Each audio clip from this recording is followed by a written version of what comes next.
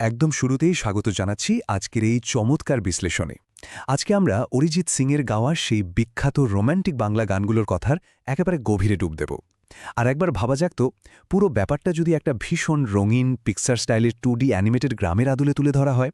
হ্যাঁ, ঠিক সেরকমই এক প্রাণবন্ত, উজ্জ্বল আর কিউট পরিবেশে গানের কথাগুলোর আসল ম্যাজিকটা আজকে আমরা একসাথে খুঁজে দেখতে যাচ্ছি। যদি সত্যি জানতে চাও, তোমাকে চাই। আহা, এই লাইনটা শুনলেই মনের ভেতর কেমন যেন একটা অদ্ভুত ভালো লাগা কাজ করে, তাই না? এই ভীষণ জনপ্রিয় লাইনটা দিয়েই কিন্তু আমাদের অ্যানিমেটেড গ্রামের সকালটা শুরু হচ্ছে। ঠিক যেন ভোরের প্রথম মিষ্টি রোদটা এসে পড়ল সবার গায়ে।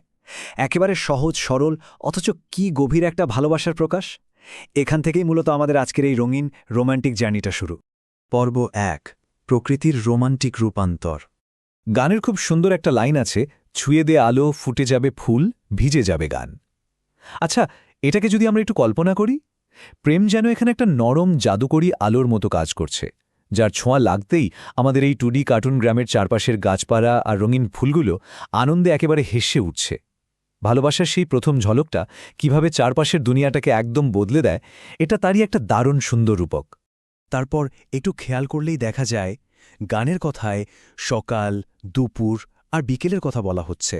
সকালে চোখ মেলা থেকে শুরু করে দুপুরের সেই চরম ব্যস্ততা আর বিকেলের শান্ত সময়, সবটাই যেন শুধু একজনের ঘড়েই কেটে যায়। আমাদের এই গ্রামের ভাবপ্রবণ চরিত্রগুলোর মতোই সারাটা দিন স্রেফ একটা চিন্তায় মাথার ভেতর ঘুরপাক খায়, সারাক্ষণ শুধু সেই স্পেশাল মানুষটারই ভাবনা। পর্ব ২, আকাঙ্ক্ষার এক মহাসমুদ্র। এই জায়গাটা কিন্তু বেশ ইন্টারেস্টিং। গানের কথার মধ্যে কি চমৎকার একটা বৈপরীত্য আছে। একদিকে বলছে যদি সত্যি জানতে চাও, আবার ঠিক পরক্ষণেই বলছে যদি মিথ্যে মানতে চাও। মানে ব্যাপারটা সত্যি হোক বা মিথ্যে, একেবারে রুট লেভেলে কিন্তু আল্টিমেট চাওয়াটা একদমই বদলাচ্ছে না। দিন শেষে ফলাফল সেই একটাই, তোমাকেই চাই। ভালোবাসার এই যে একটা জেদি আর অটল অবস্থান, এটা আসলেই খুব দারুণ। তোমার নামের রোদ্দুরে আমি ডুবেছি সমুদ্রে, রোদ্দুর আবার সমুদ্র হয় নাকি? ঠিক এখানেই তো লিরিক্সের আসল ম্যাজিক। একটা কিউট কার্টুন ক্যারেক্টারের কথা চিন্তা করা যাক, যে কিনা একেবারে উজ্জ্বল সোনালি রোদের একটা সাগরে আনন্দে ভাসছে। ঠিক এভাবেই একজন মানুষ তার প্রিয়জনের ভাবনার মাঝে পুরোপুরি আচ্ছন্ন হয়ে থাকে। একেবারে অভিভূত করার মতো, কিন্তু ভীষণ সুন্দর একটা অনুভূতি। এবার চলুন একটু চরম পর্যায়ের দিকে যাই।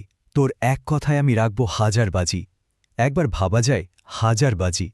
প্রিয় মানুষটার স্রেফ একটা কথা বা একটা ছোট্ট ইশারার জন্য একজন মানুষ নিজের সবকিছু বাজি রাখতে পারে।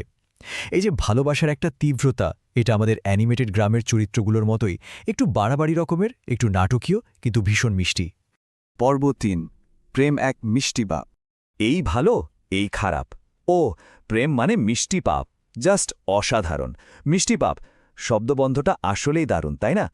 প্রেমে পড়ার যে একটা নির্দোষ বিদ্রোহ আছে, সেটা এই দুটো শব্দ দিয়ে একদম নিখুঁতভাবে বোঝানো যায়। এটা ভালো নাকি খারাপ, মনে সেই কনফিউশন থাকলেও এই ছোট্ট ভুলটা বারবার করতে কিন্তু সবারই খুব মজা লাগে। কিন্তু একটু গভীরে গিয়ে যদি ভাবা যায়, এই মিষ্টিপাপ আসলে কি? এটা হলো সেই সব ছোট ছোট চঞ্চল আর নিরীহ ভুলগুলো যা দুজন মানুষ খুব আনন্দে করে। তখন দুনিয়ার হাজারটা যুক্তি বা ব্যস্ততার আর কোনো দাম থাকে না। আমাদের এই প্রাণবন্ত গ্রামের মতো এখানে যুক্তির চেয়ে আবেগের পাল্লাটাই সবসময় ভারী থাকে। আর এরপরেই আসে সেই অসাধারণ মুহূর্তটা, তুমি বৃষ্টি হয়ে নামলে আর কোনো চিন্তা আমার। প্রিয় মানুষটি যখন এই শান্ত গ্রামের বুকে এক পশলা প্রশান্তির বৃষ্টি হয়ে নেমে আসে, তখন কি হয়? নিমেষের মধ্যে ওই বৃষ্টির ছোঁয়ায় দুনিয়ার যাবতীয় টেনশন, বারণ আর ব্যস্ততা একেবারে ধুয়ে মুছে সাফ হয়ে যায়। মনে হয় যেন একটা নরম, আরামদায়ক চাদর দিয়ে পুরো দুনিয়াটাকে কেউ সযত্নে ঢেকে দিয়েছে। পর্ব ৪, মনের চঞ্চল যন্ত্রণা। বোঝাবো কি করে তোকে কত আমি চাই? মনের ভেতরের এই যে একটা চরম উথালপাথাল অবস্থা, এই মরিয়া হয়ে ওঠা প্রশ্নটাই কিন্তু আজকের ব্যাখ্যার একদম চূড়ান্ত মুহূর্ত। কাউকে যে কতটা চাই সেটা ভাষায় বোঝাতে না পারার এই মিষ্টি অসহায়ত্বটা আসলেই দারুণ একটা পরিস্থিতি তৈরি করে, তাই না? আর এই ভালোবাসার লক্ষণগুলো কিন্তু আরও বেশি মজার। ঘুড়ির মতো মন উড়ু উড়ু করা, সারাক্ষণ একটা মিষ্টি যন্ত্রণায় ভোগা, গলিতে বা পাড়াতে একদম উদ্দেশ্যহীনভাবে ঘুরে বেড়ানো, এমনকি রকিং রোমিও হয়ে ওঠা কিংবা সোজাসুজি প্রেমে গ্র্যাজুয়েট হয়ে যাওয়ার মতো ঘটনাও ঘটে যায়।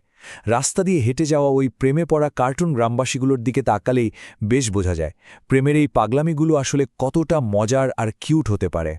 ঠোঁটে তার ১০০ তলোয়ার, মানে ভাবা যায় প্রিয়জনের একটা মিষ্টি হাসির প্রভাবকে একেবারে শতটা তলোয়ারের আঘাতের সাথে তুলনা করা হচ্ছে। এটা কিন্তু একটা সাংঘাতিক অতিরঞ্জন, ঠিক যেন কার্টুনের কোনো চরিত্র প্রিয়জনের হাসি দেখে সত্যি সত্যিই ধাক্কা খেয়ে উল্টে পড়ে যাচ্ছে। মনের ভেতরের এই চরম নাটকীয় অথচ নিরীহ প্রতিক্রিয়াটা সত্যি দেখার মতো। একদম শেষ পর্যায়ে এসে যদি পুরো ব্যাপারটাকে আমরা একসাথে মেলাই, তাহলে বলা যায় প্রেম হলো ঠিক এই প্রাণবন্ত, রঙিন আর একটু এলোমেলো গ্রামটার মতোই। এখানে মন একেবারে স্বাধীনভাবে ঘুরে বেড়ায়, কখনো সে প্রকৃতির ওই নরম আলোর সাথে মেশে, কখনো আকাঙ্ক্ষার মহাসমুদ্রে ডুব দেয়, আবার কখনো এক অপূর্ব সুন্দর আর মিষ্টি যন্ত্রণায় হারিয়ে যায়। পরিশেষে একটা দারুণ ভাবনার জায়গা কিন্তু থেকেই যাচ্ছে। যখন আমরা এমন গভীর আর সুন্দর কোনো প্রেমের গান শুনি, তখন মনের ভেতর আসলে সবচেয়ে বেশি কিসের প্রভাব পড়ে? জাদুকরী আলোয় ফুটে ওঠা ওই ফুলগুলো, নিয়ম ভাঙার সেই মিষ্টি পাপ, নাকি প্রিয়জনের হাসির সেই ১০০ তলোয়ারের নাটকীয় আঘাত?